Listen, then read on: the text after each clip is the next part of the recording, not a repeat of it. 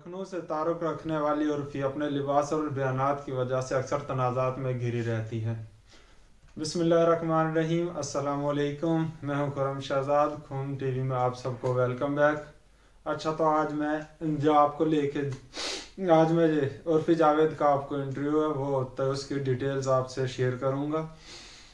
तो चले स्टार्ट करते हैं।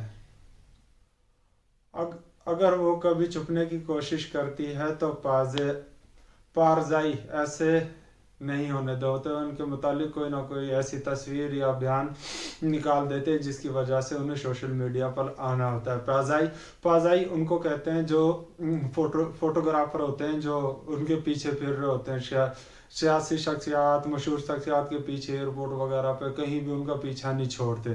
सोशल मीडिया पर भी इनके मदों की तादाद बहुत ज़्यादा है। इंस्टाग्राम पर उर्फी जावेद को तकरीबन 10 लाख लोग फॉलो करते हैं।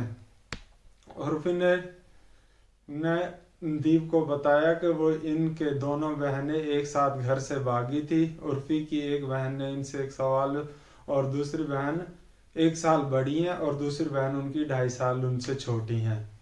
और उर्फी से पूछा गया घर से भागने का मंसूबा किसने बनाया था, तो उनकी बड़ी बहन कह रही थी कि मैंने बनाया है। तो उर्फी कह रही थी अगर सही पूछा जाए तो घर से भागने का बात सबसे बेस्ट मेरी ही थी।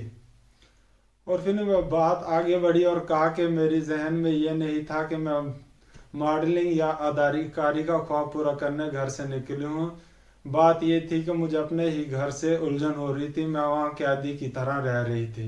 उर्फी का कि ये भी कहना था कि अगर वो घर से ना भागती तो वो या तो खुदकुशी कर लेती या वैसे ही घर में घुट घुट कर मर जाती।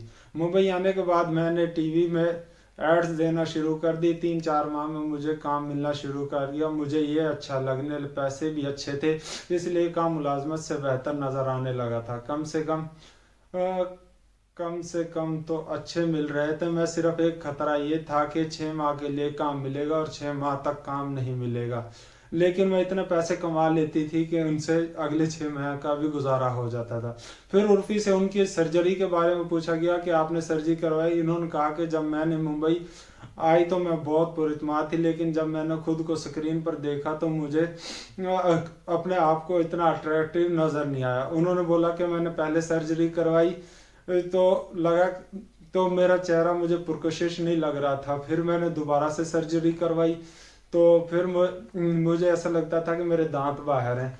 तो मैंने दोबारा सर्जरी करवाई तो अब मुझे अपना चेहरा ऐसा बना लिया कि जैसा मुझे लगता है कि मुझे होना चाहिए। वो ये भी कहती हैं कि एक प्रोड्यूसर ने उर्फी को वेब सीरीज में काम करने का मौका दिया और हरासा करने की कोशिश की। इस वाक़ये के बारे में इन्होंने कहा कि मैं शुरू से ही इस बात पर वाजिब थी कि मैं कोई सेक्स सीन नहीं करूँगी।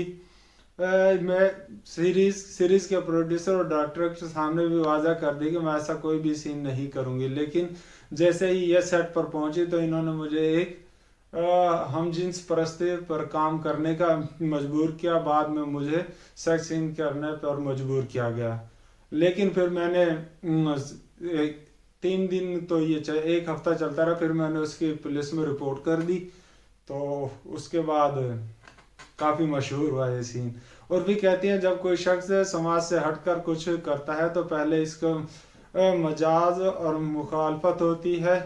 राजीव गांधी जब पहली बार इंडिया में कंप्यूटर लाए थे तो उनकी भी मुखालफत हुई थी, लेकिन आज फिर हर किसी के हाथ में कंप्यूटर है।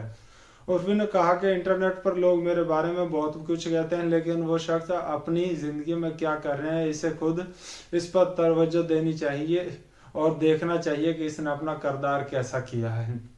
तो उर्फी का ये इंटरव्यू था। इंशाल्लाह फिर मुलाकात होती है नेक्स्ट वीडियो में। तब तक के लिए खुर्रम इजाज़त दीजिए। अल्लाह हाफिज़ और दुआ में याद रखिएगा, पाकिस्तान को साफ़ सुथरा रखिएगा।